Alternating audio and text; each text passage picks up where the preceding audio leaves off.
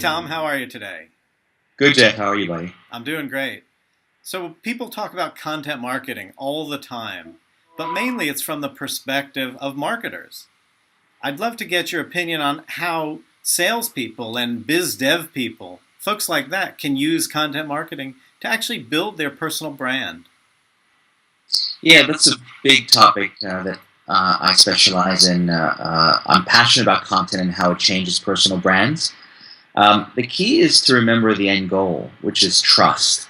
The end goal is you want your buyers to trust you and trust you in the aspect of delivering on their needs. So, how do you work back from trust? And I don't know about you, Jeff, but my first focus when it comes to brand building is awareness, which creates familiarity. I'm a big fan of the mere exposure effect, which is a phenomenon that the more times you're exposed to an object, the more familiar you become with it. And studies have shown that you show more preference to that object or face or brand. I'm not sure if you agree about familiarity. What are your thoughts? Yeah, I do agree. I call it familiarity here in the US, but I agree completely. It's really a lot like the top of the funnel idea that marketers try to approach, where they really are trying to build that awareness or affinity at the very top of the funnel, building the biggest audience for their content. And so another part is when we think about brand is really a concept that companies think about, and it really is this idea of a consistent presentation. How does that relate when you start getting into a personal brand? Personal brands are no different from company brands. Exactly the same principles. You have to treat yourself and your brand as if you were an organization.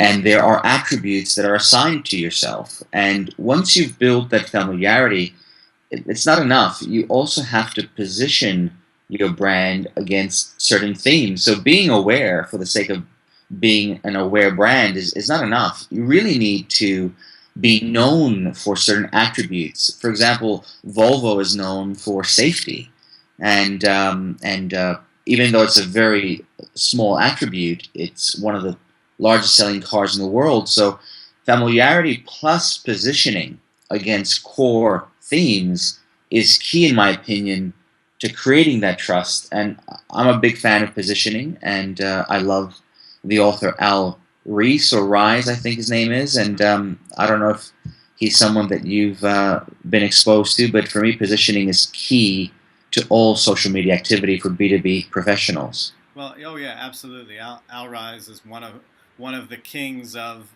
branding and positioning. So when I think about how something like that would relate to me, I am somebody who is known in the B2B space for B2B social media primarily, but also B2B marketing. If all of a sudden I were to start talking about, say, retail related topics That's right. or user interface type topics, maybe they're things that I know about and I can educate myself to talk smartly about them.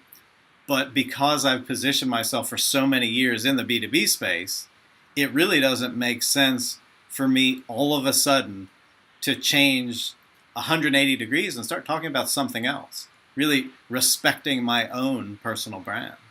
And I remember before we actually started speaking to each other that I was aware of your brand because I had seen the social media B2B.com website.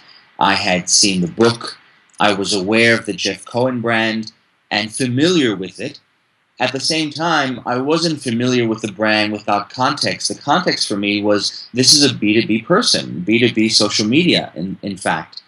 And that actually made me trust you, even if we had never spoken to each other. I felt as if you could deliver in a trustworthy capacity on B2B social media, and I was familiar with your brand. And that made me feel a preference to you in the B2B world as well. That's my personal experience. So if a B2B sales professional is looking to build this trust, when do they know that they've built it? How do they measure their success of actually reaching the place where prospects and customers trust them on these topics that they're positioning around? Well, there's different ways, and some of them are expensive, some of them are free, but I guess most of them are also statistically hard to prove. But first of all, you could literally hire an intern or do it yourself and call up people you're connected to on Twitter or LinkedIn or Facebook and ask them in a market research compliant way if they're aware of your brand, and if so, if yes, then what do I stand for? What does this person stand for if you're doing it on behalf of someone? The other way to do it is to simply use qualitative research where you just ask people, have you seen me on social media? Are you aware of me? What do you know about me? And maybe combine method 1 and method 2 to create some sort of sample of insights that you can use. But what have you used historically, Jeff? Well, I really like the idea of that qualitative approach. Really asking people and understanding what they think of you, kind of in the moment and long term. I actually met somebody today. He gave a presentation, and I attended it afterwards. I went up and talked to him.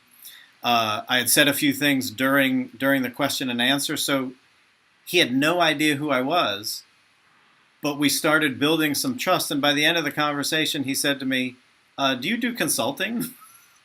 And I said, "Yeah, I'd be happy to meet with you and talk about what you're interested in, not from a professional perspective, but literally just let's have a conversation and see what sort of overlap there is before we even get into the business relationship part of that trust building." Interesting, though, you met this guy in person, so you had a chance to build a relationship.